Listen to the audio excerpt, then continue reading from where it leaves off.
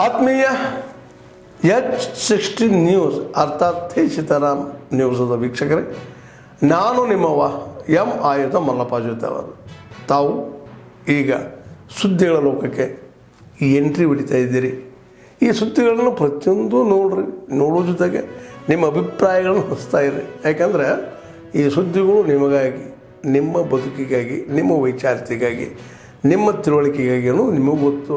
ಜೊತೆಗೆ ನಮಗೂ ನಿಮ್ಮೊಂದಿಗೆ ಇದೊಂದು ಮಾತಾಡುವಂಥ ಜೊತೆಗೆ ಸುದ್ದಿಗಳನ್ನು ಬಿಡುವಂಥ ಕೆಲಸ. ಈ ಕೆಲಸದಲ್ಲಿ ನಾವು ನಿಮ್ಮೊಂದಿಗಿದ್ದೀವಿ ಅಂತ ಹೇಳ್ತಾ ನೋಡ್ತಾ ಇರಿ ಈ ಸುದ್ದಿಗಳನ್ನು. ಮನಪೂರ್ವಕವಾಗಿ ಪ್ರಾರ್ಥಿಸುವೆ. ನಿಮ್ಮ ಸೇವೆ ಸಮಾಜಕ್ಕೆ ಮುಂದುವರಿಯಲಿ ಅಂತ ನಿಮ್ಮ ಮೇಲಿನ ಪ್ರೀತಿ ಅಭಿಮಾನ ನಮ್ಮನ್ನು ಮೂಕರನ್ನಾಗಿ. My esteemed Sampurna Court Officer, Srimati Hemlata Typist, our Additional Private Secretary Prajwal A. It was an enriching experience when I was new to this High Court.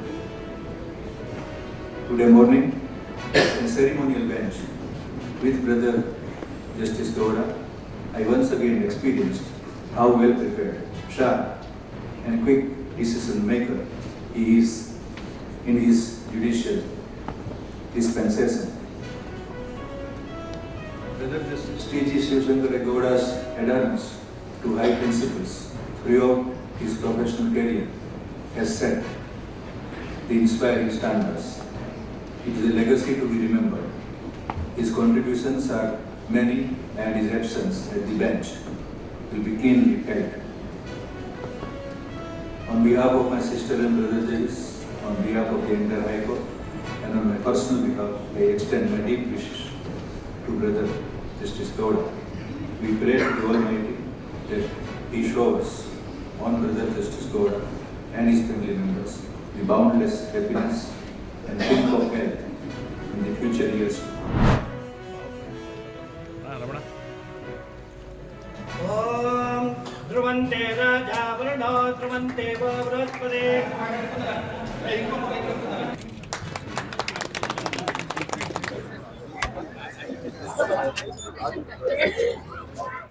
ಏನು ಈ ಮನಿ ಲೆಂಡರ್ಸು ಅವ್ರಿಗೂ ಒಂದು ಕಾನೂನು ಇದೆ.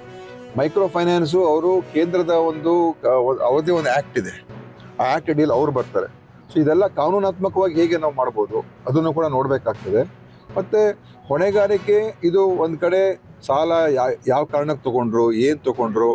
ಈಗ ನಾವು ನೋಡ್ತಾ ಇದ್ದೀವಿ ಪ್ರಕರಣಗಳು ಆತ್ಮಹತ್ಯೆ ಆಗ್ತಾ ಇದೆ ಅಂತ. ಆತ್ಮಹತ್ಯೆ ಆಗೋದಕ್ಕೆ ಏನು ಕಾರಣ, ಕೆಲವರು ಸಾಲ ತೊಗೊಂಡಿರೋ ಉದ್ದೇಶ ಏನಿತ್ತು ಮತ್ತು ಯಾರಂದ್ರೆ ಇಸ್ಕೊಂಡ್ರು, ಇದೆಲ್ಲ ಕೂಡ ನೋಡಬೇಕಾಗ್ತದೆ. ಇದು ಅಷ್ಟು ಸುಲಭವಾಗಿ ನಾವು ಹೇಳೋಕ್ಕಾಗೋದಿಲ್ಲ. ಯಾಕಂದರೆ ಇದು ಒಂದು ವ್ಯವಹಾರ ಮಧ್ಯದಲ್ಲಿ ನಾವು ಸಾಲ ತಗೊಳ್ಳೋನು ಕೂಡ ಜವಾಬ್ದಾರಿ ಇರ್ತದೆ ತಾನೆ. ಸಾಲ ಮರುಪಾವತಿ ಮಾಡೋದು, ನಾನು ಮರುಪಾವತಿ ಮಾಡೋಕ್ಕಾಗಲ್ಲ ಅಂತ ಹೇಳಿದ ತಕ್ಷಣ ಅವಾಗ ಸಾಲ ಕೊಡೋ ಪರಿಸ್ಥಿತಿ ಏನಾಗ್ತದೆ. ಬಟ್ ಅವ್ರದ್ದು ದೌರ್ಜನ್ಯ ಮಾಡಿದ್ರೆ ಅಥವಾ ಅವ್ರ ಮೇಲೆ ಕಿರುಕುಳ ಕೊಟ್ಟು ಹಿಂಸೆ ಕೊಡೋದು ಕೂಡ ಆಗಬಾರ್ದು. ಅದು ಕೂಡ ಕಾನೂನಾತ್ಮಕವಾಗಿಯೇ ಅವ್ರು ಸಾಲ ಮರುಪಾವತಿ ಮಾಡಿಸ್ಕೋಬೇಕು. ಅದ್ರ ಬಗ್ಗೆ ಇವತ್ತು ಒಂದು ಕಾನೂನು ತರಬೇಕು ಅಂತ ನೆನ್ನೆಲ್ಲ ಚರ್ಚೆ ಮಾಡಿದ್ದಾರೆ. ಇವರು ವಿದ್ಯಾರ್ಥಿ ಜೊತೆಗೆ ನಂತರ ಈ ರಾಮ ಹೃತ್ಪೂರ್ವಕ ಸ್ವಾಗತವನ್ನು ಬಯಸುತ್ತಾರೆ.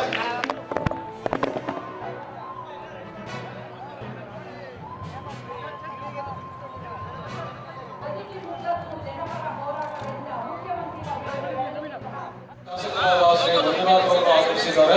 ಅವರಿಗೂ ಸಹ ಸ್ವಾಗತವನ್ನು ಕೋರುತ್ತೇವೆ.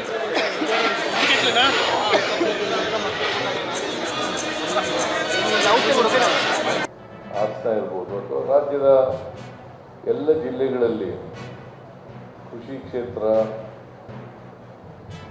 ಮತ್ತು ಕೈಗಾರಿಕಾ ಕ್ಷೇತ್ರ, ಸಾಂಸ್ಕೃತಿಕ ಕ್ಷೇತ್ರದಲ್ಲಿ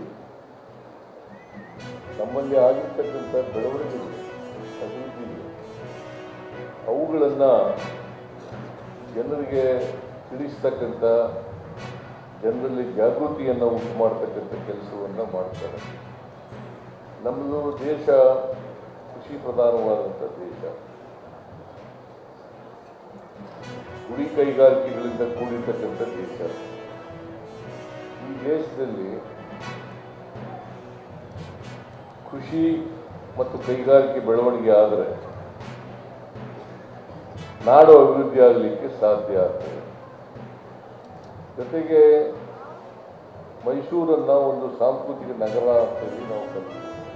ಸಾಂಸ್ಕೃತಿಕ ರಾಜಧಾನಿ ಅಂತ ಯಾಕೆ ಕರೀತದೆ ಅಂತಂದರೆ ಇಲ್ಲಿ ವಿಶೇಷವಾಗಿ ಮೈಸೂರು ಜಿಲ್ಲೆಯಲ್ಲಿ ಜಾನಪದ ಕಲೆ ಇದೆಯಲ್ಲ, ಆ ಜಾನಪದ ಕಲೆಗೆ ಭಾಳ ಜನ ಹೆಚ್ಚು ಅದಕ್ಕೆ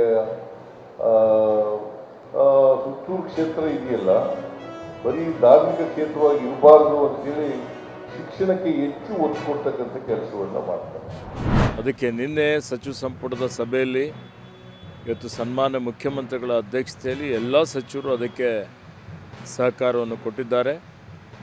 5,678 ಎಕರೆ ಜಮೀನು ಇವತ್ತು ಅದನ್ನು ನಾವು ಗ್ರೇಟರ್ ಹೆಸರುಘಟ್ಟ ಮೀಸಲು ಸಂರಕ್ಷಣಾ ಅನ್ನುವಂಥ ಘೋಷಣೆಯನ್ನು ಮಾಡಿದ್ದೇವೆ.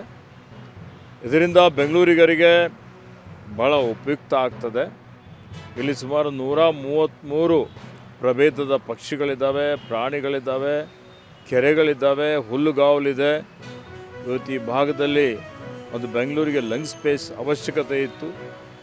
ಮತ್ತು ಈ ಘೋಷಣೆ ಮಾಡೋದ್ರಿಂದ ಅದನ್ನು ಸಂರಕ್ಷಣೆ ಮಾಡಿದಂಗೆ ಆಗ್ತದೆ. ಮತ್ತು ಪಕ್ಷಿ ಸಂಕುಲ, ಕೀಟ ಸಂಕುಲ, ಪ್ರಾಣಿ ಸಂಕುಲ ಉಳಿಸಿದಂಗೆ ಆಗ್ತದೆ. ಮತ್ತು ಬೆಂಗಳೂರಿಗೆ ಏನು ನೀರಿನ ಮೂಲ ಇದೆ, ಹೆಸರುಘಟ್ಟದಿಂದಲೇ ಇವತ್ತು ತಿಪ್ಪಗೊಂಡನಹಳ್ಳಿಗೆ ಕೆರೆಗೆ ನೀರು ಹೋಗ್ತದೆ. ಆ ನೀರಿನ ಮೂಲಕ್ಕೂ ಅಂತರ್ಜಲ ಮಟ್ಟ ಹೆಚ್ಚಿಗೆ ಮಾಡಲಿಕ್ಕೂ ಪ್ರಕೃತಿ ಪರಿಸರಕ್ಕೆ ಭಾಳಷ್ಟು ಉಪಯುಕ್ತ ಆಗ್ತದೆ. ಆತ್ಮೀಯರೇ, ಎಲ್ಲ ಸುದ್ದಿಗಳನ್ನು ನೋಡಿದ್ರಲ್ಲ, ಏನು ಅನಿಸ್ತು ನಿಮಗೆ? ಇದರಲ್ಲೇ ನಿಮ್ಗೆ ಲೈಕ್ ಆಗಿರ್ಬೋದು, ಡಿಸ್ಲೈಕು ಆಗಿರ್ಬೋದು, ಕಾಮೆಂಟ್ ಬೇಡಪ್ಪ ಅಂತೂ ಅನಿಸಿರ್ಬೋದು, ಕಾಮೆಂಟ್ ಮಾಡಬೇಕಪ್ಪ ಅನಿಸಿರ್ಬೋದು, ಶೇರ್ ಮಾಡಬಾರ್ದಪ್ಪ ಅನಿಸಿರ್ಬೋದು, ಅದು ಮಾಡಬೇಕು ಅನಿಸಿರ್ಬೋದು.